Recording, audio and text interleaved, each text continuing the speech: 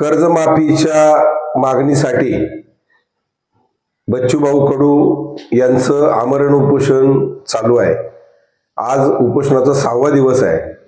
स्वाभिमानी शेतकरी संघटना पहिल्यापासून कर्जमाफीच्या प्रश्नावर आक्रमक भूमिका घेऊन आहे।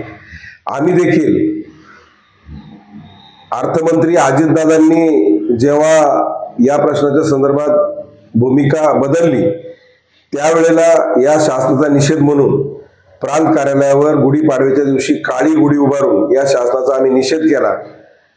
पोलिसांनी तसं जर पाहिलं तर या राज्यकर्त्यांनी जाहीरनाम्यात शब्द देऊन, जाहीरनाम्यात आश्वासन देऊन शेतकऱ्यांची फसवून मतं घेतली आणि सत्तेत आल्यानंतर आम्ही शेतकऱ्यांचा सातबारा कोरा करू असं आश्वासन दिलं होतं आणि सबसेल यांनी पलटी मारली।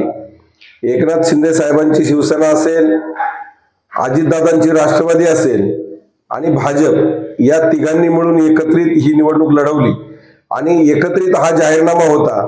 आणि मग अजितदादा सांगतायत की आता आमच्याकडे शेतकऱ्यांची कर्जमाफी करण्यासाठी पैसे नाहीत। 28 मार्चला तुम्ही हे सांगताय, 3 दिवसात शेतकऱ्यांनी कुठून पैसे आणायचे? मग तुम्ही कशासाठी शेतकऱ्यांना शब्द दिला होता?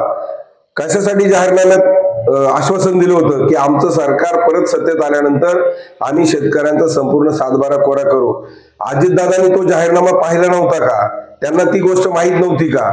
म्हणजे एकाने एक बोलायचं, दुसऱ्यानी पलटी मारायची, अशा पद्धतीनं शेतकऱ्यांच्या भावनांशी खेळून शेतकऱ्यांची फसवणूक करून तुम्ही शेतकऱ्यांची मतं घेतली आणि सत्तेमध्ये आलात। आणि आज दररोज 8 ते 10 शेतकरी आत्महत्या करतायत। हमी भाव ज्या मालाला आहेत, हमी भावाप्रमाणे त्या मालाची खरेदी होत नाही। शेतीमालाला कुठल्याही प्रकारे उत्पादन खर्चावर आधारित भाव त्या ठिकाणी मिळत नाही। शेतीचा उत्पादन खर्च मोठ्या प्रमाणामध्ये वाढतोय, दिवसेंदिवस शेती तोट्याची बनत चाललेली आहे आणि शेतकरी केवळ 50,000च्या कर्जासाठी आत्महत्या करतोय। एवढी लाजिरवाणी गोष्ट आहे आणि तुम्ही शब्द देऊन फिरवताय। आज बच्चूभाऊ कडूंचा 6वा दिवस उपोषणाचा आहे। स्वाभिमानी शेतकरी संघटना पूर्णपणे या आंदोलनामध्ये त्यांच्या बरोबर आहे आणि उद्या आम्ही त्या संदर्भामध्ये पुन्हा नाशिक महामार्गावर रस्त्यावर उतरून आंदोलन त्या ठिकाणी करणार आहोत आणि बच्चूभाऊंना आमचा पूर्णपणे पाठिंबा आहे। आणि जोपर्यंत सरकार शेतकऱ्यांची कर्जमाफी करत नाही, सातबारा दिलेल्या शब्दाप्रमाणे कोरा करत नाही, तोपर्यंत आम्ही पाठीमागे हटणार नाही। या पुढच्या काळामध्ये हे आंदोलन अतिशय तीव्र केलं जाईल। या परिसरामध्ये कुठलेही मंत्री येऊ, लोकप्रतिनिधी येऊ, त्यांचे कार्यक्रम उधळले जातील। त्या ठिकाणी जाहीर कार्यक्रमामध्ये घुसून त्यांना जाब विचारला जाईल।